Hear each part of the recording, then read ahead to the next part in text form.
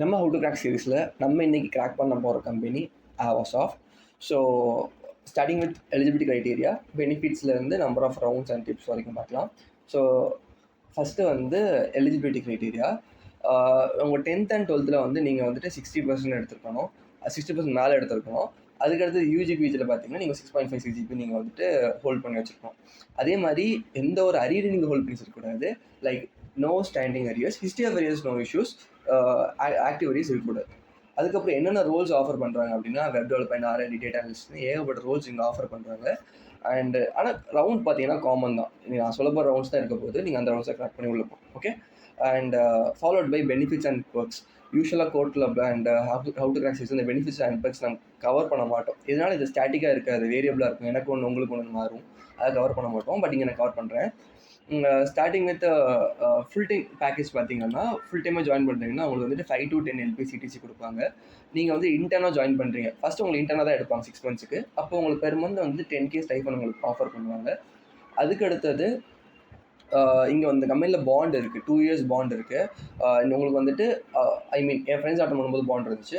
உங்களுக்கு வந்துட்டு 1.5L நீங்கள் வந்துட்டு பே பண்ணணும் பெனாலிட்டியாக. 1.5 lakhs நீங்கள் பே பண்ணணும், ட்ரைனிங் காஸ்ட்டுன்னு சொல்லி வாங்குவாங்க. பட் இங்கே தான் ஒரு ஆப்பர்ச்சுனிட்டி இருக்குது.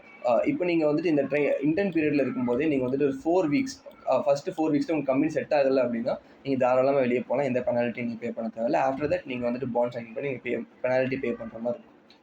ஸோ அவ்வளோதான் இந்த பார்ட்டு. ஸோ இதுக்கு அடுத்து நம்ம வந்து டேரெக்டாக ரவுண்ட்ஸ் பார்க்கலாம். மொத்தம் நமக்கு 5 rounds இருக்கும். அதில் இந்த 3 and 4 வந்துட்டு காமன் ரவுண்ட்ஸ் தான், technical round, common technical round. So starting with first round வந்துட்டு நம்ம இது வரைக்கும் பார்க்காத ஒரு ரவுண்டாக இருக்கும், ரெஸ்யூம் ஸ்க்ரீனிங். உங்கள் ரெஸ்யூமை பேஸ் பண்ணி ஷார்ட் லிஸ்ட் பண்ணுவாங்க. ஸோ இந்த ரவுண்டுக்காக நான் வந்துட்டு ரெஸ்யூம் எப்படி பில்ட் பண்ணணும், ரெஸ்யூமில் என்னென்ன போடணும்னு தெளிவாக நான் சொல்ல போகிறதில்ல, பிகாஸ் அது நிறைய சேனல்ஸை சொல்லிட்டாங்க. பட் ஆவாஸோட பொறுத்த வரைக்கும் பார்த்தீங்கன்னா உங்கள் ப்ராஜெக்ட்டுக்கு தான் இங்கே பெரிய இம்பார்ட்டன்ஸு. உங்கள் ப்ராஜெக்ட் என்ன பண்ணியிருக்கீங்க, அது எப்படி பண்ணியிருக்கீங்க, உங்களுக்கு எந்த அளவுக்கு நாலேஜ் இருக்குது அந்த ப்ராஜெக்ட் மேலேங்கிறது தான் டீட்டெயிலாக பார்ப்பாங்க. என் ஃப்ரெண்ட்ஸ் இதை தான் பார்த்தாங்க.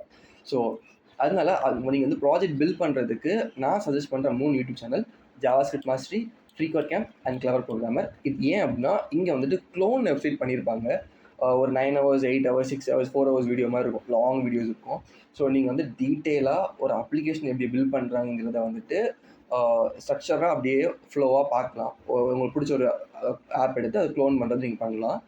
அண்ட் அதுக்கு முன்னாடி நீங்கள் ஃபஸ்ட்டு வந்துட்டு தேவ் கிரே அப்படிங்கிற யூடியூப் சேனல் போயிட்டு இங்கே வந்துட்டு ஒரு ஃபுல் ஸ்டாக் ப்ளேலிஸ்ட் வச்சுருப்பாங்க. மேன் ஸ்டாக் ப்ளேலிஸ்ட்டு, மேன் ஸ்டாக்குன்னு இல்லை, ஃபுல் ஸ்டாக் ப்ளேலிஸ்ட் வச்சுருப்பாங்க. HTML ஸ்டார்ட் பண்ணி Next.js வரைக்கும் எல்லாமே கவர் பண்ணியிருப்பாங்க.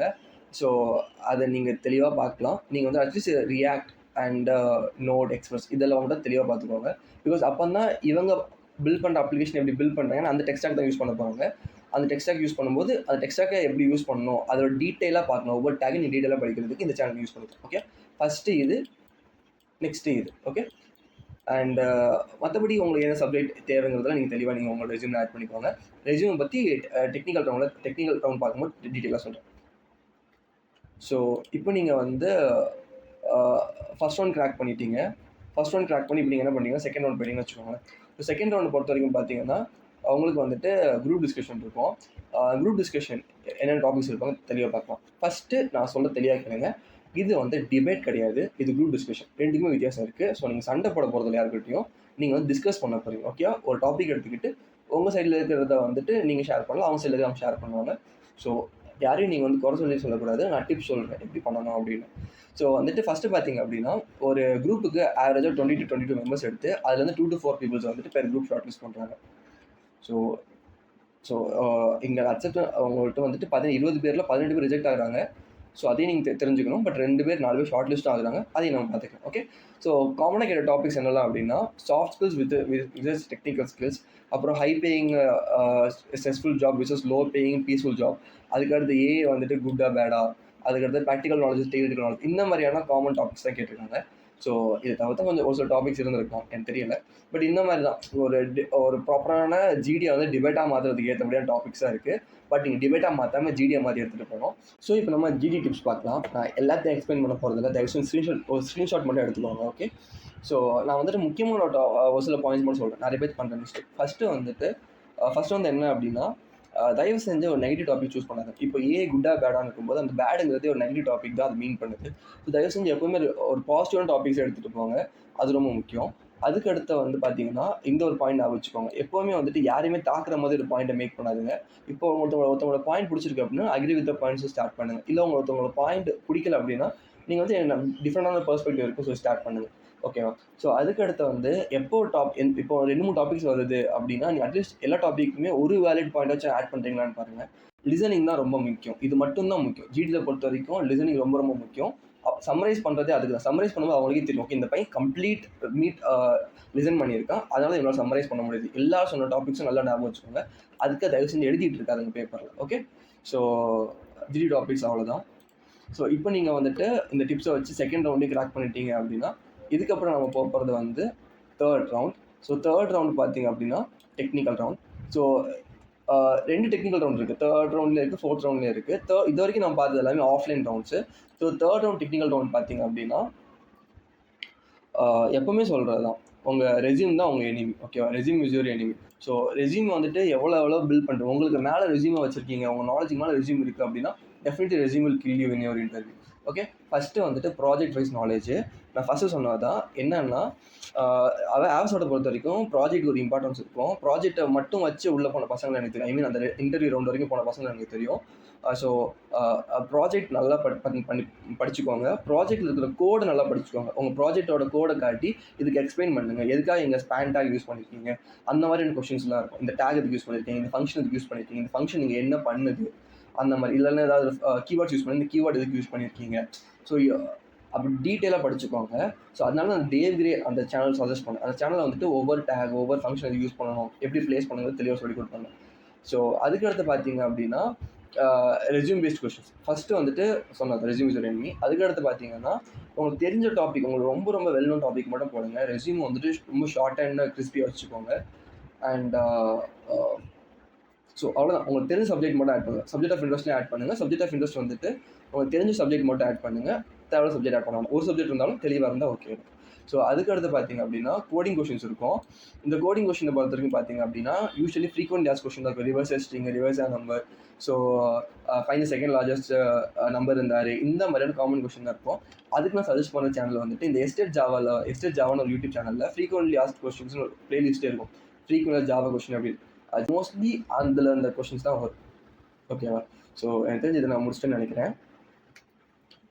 இதுக்கு அடுத்து பார்த்தோம் அப்படின்னா நீங்கள் இப்போது தேர்ட் ரவுண்டே கிராக் பண்ணி நீங்கள் வந்து ஃபோர்த் ரவுண்ட் போயிட்டீங்க. ஃபோர்த் ரவுண்டு தான் நான் தனியாக எதுவுமே நான் ப்ரிப்பேர் பண்ணல. பிகாஸ் ஃபோர்த் ரவுண்டுங்கிறது பெரிய வித்தியாசம். ஃபோர்த் ரவுண்டுங்கிறது என்ன அப்படின்னா லிட்டில் அதே டெக்னிக்கல் ரவுண்டு தான். இதே டெக்னிக்கல் ரவுண்டை வந்துக்கிட்டு கன்ஃபர்மேஷன் சம்திங் நடக்கும் போல். உங்களுக்கு ஆன்லைனில் பண்ணுவோம். எனக்கு அதை பற்றி பெரிய ஐடியா இல்லை. டெக்னிக்கல் ரவுண்ட் ஆன்லைனில் நடக்கும். எனக்கு அவ்வளோதான் எனக்கு தெரிஞ்ச ஐடியா.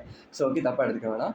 ஸோ டெக்னிக்கல் ரவுண்ட் அதுவும் அது ஆன்லைனில் நடக்கும். ஸோ இதுக்கு அடுத்து பார்த்தீங்க அப்படின்னா உங்களுக்கு வந்துட்டு ஃபைனல் ஃபிஃப்த் ரவுண்ட் பொறுத்த ஹெச்ஆர் ரவுண்டு பொறுத்த வரைக்கும் உங்களுக்கே தெரியும். You will literally selected. HR ரவுண்டில் ரிஜெக்ஷன் ரேட் இருக்க போகிறதில்ல. ஸோ ஹெச்ஆர் ரவுண்டை பொறுத்த வரைக்கும் அவங்க கேட்க போகிற ஒரே ஒரு கேள்வி ஒன்று தான். Are you interested to work with Avasoft? So உங்களுக்கு ஆவசாஃப்ட் மேலே இன்ட்ரெஸ்ட் இருக்குன்னா தயவு செஞ்சு இருக்குது அப்படின்னு ஜாயின் பண்ணுங்கள். அது இல்லைன்னா நீங்கள் 4 ரவுண்ட் நீங்கள் கிராக் பண்ணதுக்கான மீனிங்கே இல்லை. ஓகேவா? ஸோ அதுக்கு அடுத்தது பர்சனல் கொஷின்ஸ் இருக்கும். உங்களோட பர்சனல் கொஷின்ஸ் கேட்பாங்க. அண்ட் உங்களோட ஃபேமிலி பேக்ரவுண்ட் கேட்பாங்க. உங்களுக்கு இந்த லொக்கேஷன் ஸ்விட்ச் பண்ணிடலான்னு கேட்பாங்க. அதெல்லாம் ரொம்ப காமனான கொஷின்ஸ். ஸோ லிட்டரலி ரொம்ப ரொம்ப முக்கியமான கொஷின். இதுக்கு நோ சொன்னீங்கன்னா நோ தான். So are you interested in to work with Avasoft? So இந்த கம்ப்ளீட் ரவுண்ட் கிராக் பண்ணியிருப்போம்னு நினைக்கிறேன். ஸோ இவ்வளோத்தையும் நீங்கள் பக்காவாக முடிச்சிருந்தீங்க அப்படின்னா நோ டவுட்ஸ் நீங்கள் வந்துட்டு இப்போ தாராளமாக நீங்கள் ஆவசாஃப்ட்டில் ப்ளேஸ் ஆகலாம். ஓகே. ஸோ இதுதான் நம்ம ஹவு டு கிராக் சீரிஸ் ஆவசாஃப்ட்காக. இதை தவிர்த்து நான் உங்கள்கிட்ட பர்சனலாக பேச வேண்டிய விஷயம் இருந்துச்சு. அது என்னன்னா how to crack series is back. So ஒவ்வொரு மந்த் நம்ம ஹவு டு கிராக் சீரிஸில் வீடியோ போடல. லாஸ்ட் வீடியோ பெருசாக ஓடலை. அதனால இல்லை, லிட்டரலி எதுக்காக நான் ஸ்டாப் பண்ணியிருந்தோம் அப்படின்னா ஸோ அதை சொல்கிறேன். But how to crack series back ஆனது எல்லாருக்குமே அது சாட்டிஸ்ஃபைடாக இருக்க மாதிரி இருக்குது. பிகாஸ் பாஸ்ட் ஸ்டூடெண்ட்ஸுக்கு வயசு வந்தால் என்ன வரலனுங்கிற மாதிரி இருக்கும். அவங்களுக்கு ப்ளேஸ்மெண்ட்ஸே முடிஞ்சிருக்கும். I'm really sorry for them. But how to crack series எதுக்காக நாங்கள் பண்ணலை, எதுக்காக ஸ்டாப் பண்ணி வச்சுருந்தோம் அப்படின்னா எங்களுக்கு வந்துட்டு கம்ப்ளீட் ஸ்டடி மெட்டீரியல் கிடைக்கல. இப்போ இந்த ஆவசாஃப்ட்டுக்குமே எங்களுக்கு கம்ப்ளீட்டான ஸ்டடி மெட்டீரியல்ஸ் கிடைக்கல. ஸோ நிறைய கம்ப்ளீட் எக்ஸ்பீரியன்ஸ் எங்களுக்கு கிடச்சிது கோர்ட்டில் யூஸ் பண்ணி. பட் எங்களுக்கு வந்துட்டு அதோட ஸ்டடி மெட்டீரியல் இல்லை. ஸோ அதனால நாங்கள் வந்து ஃபுல் ஃப்ளெஜ்டாக எங்களுக்கு கொடுக்க முடியாது. ஆனால் இது வரைக்கும் ஹவு டு கிராக் சீரிஸில் உங்களுக்கு வந்துட்டு ஸ்டடி மெட்டீரியல் கம்ப்ளீட்டாக இருக்கும், ஃபுல் ஃப்ளெஜ்டாக இருக்கும். அந்த ஃபோல்டர், அந்த ரெபாசிட்டரி ஃபோல்டரை வச்சு உங்களால் கம்பெனி கிராக் பண்ணுற மாதிரி பண்ணியிருந்தோம். பட் இங்கே எங்களுக்கு இல்லாதனால நாங்கள் அவாய்ட் பண்ணியிருந்தோம். பட் இப்போ நாங்கள் என்ன நினச்சிருக்கோம் அப்படின்னா அட்லீஸ்ட் எங்களுக்கு எக்ஸ்பீரியன்ஸை ஷேர் பண்ணலாமே. எக்ஸ்பீரியன்ஸாக நிறைய ஸ்டூடெண்ட்ஸ் கேட்குறாங்க. ஸோ அதனால தான் திருப்பியுமே ஹவு டு கிராக் சீரிஸ் எடுத்துகிட்டு வரோம். ஸ்டடி மெட்டீரியல்ஸ் வந்துட்டு கிடச்சிதுன்னா கண்டிப்பாக அந்த ரெப்போவில் ஆட் பண்ணியிருப்போம். இல்லை அப்படின்னா இந்த எக்ஸ்பீரியன்ஸ் வீடியோ மட்டும் உங்களுக்கு வந்து கிடைக்கும். இது ஒரு சந்தோஷமான விஷயமும் இருக்குது. என்ன அப்படின்னா நம்மளோட கோட் கிளப் சேனல் வந்து தன்னோட மேக்ஸிமம் மெம்பர்ஸ் கவுண்டான 1025 மெம்பர்ஸ் ரீச் பண்ணிருச்சு. இதுக்கு மேலே எந்த மெம்பர் ஆட் பண்ண முடியாது கோட் கிளப் இஸ் ஃபில்ட். இது ஒரு பக்கம் சந்தோஷமாக இருந்தாலும் எங்களுக்கு இன்னொரு பக்கம் வருத்தமாக இருக்குது. பிகாஸ் இதுக்கப்புறம் நீங்கள் ஒரு புதுசாக நீங்கள் ஜாயின் பண்ணுறீங்க கோட் கிளப்னா உங்களை ஜாயின் பண்ண முடியாது. ஸோ அதுக்காக வந்து என்ன பண்ணலான்னு இருக்கோம்னா டெலிகிராமில் வந்துட்டு கோட் கிளப் சேனல் மேக் பண்ணலான்னு இருக்கோம். ஸோ அதுவும் மேக் பண்ணியிருப்போம் கண்டிப்பாக. டிஸ்கிரிப்ஷனில் லிங்க் இருக்கும். நீங்கள் வந்துட்டு உங்களுக்கு வந்துட்டு இப்போது placement preparation doubts, material share பண்ணுறது, ஒரு நல்ல ஸ்டூடெண்ட் கம்யூனிட்டி கூட கொலாபரேட்டிவாக படிக்கிறதுக்கு, ப்ராஜெக்ட்ஸ் பில்ட் பண்ணுறதுக்கு, இந்த மாதிரி நிறைய விஷயத்துக்கு உங்களுக்கு வந்து கோட்டில் ரொம்ப ஹெல்ப்ஃபுல்லாக இருக்கும். அதுமாதிரி கோட்டில் அப்படி தான் முக்கால்வாசி இன்டர் எக்ஸ்பீரியன்ஸ் ஷேர் பண்ணுவாங்க பசங்க. அவங்க ஒரு கம்பெனி அட்டன் பண்ணிட்டு வருவாங்க. அந்த கம்பெனியில் நான் எப்படி அட்டன் பண்ணுறது இங்கே ஷேர் பண்ணுவாங்க. ஸோ உங்களுக்கு அது ரொம்ப ஹெல்ப்ஃபுல்லாக இருக்கும். ஸோ நீங்கள் வந்து டெலிகிராம்லேயே ஜாயின் பண்ணிக்கலாம். ஆனால் கோட்டில் ஃபில் ஆயிடுச்சு. I'm sorry for that. So அவ்வளோதான் இந்த வீடியோ. உங்களுக்கு இந்த வீடியோ பிடிச்சிருக்கும்னு நினைக்கிறேன்.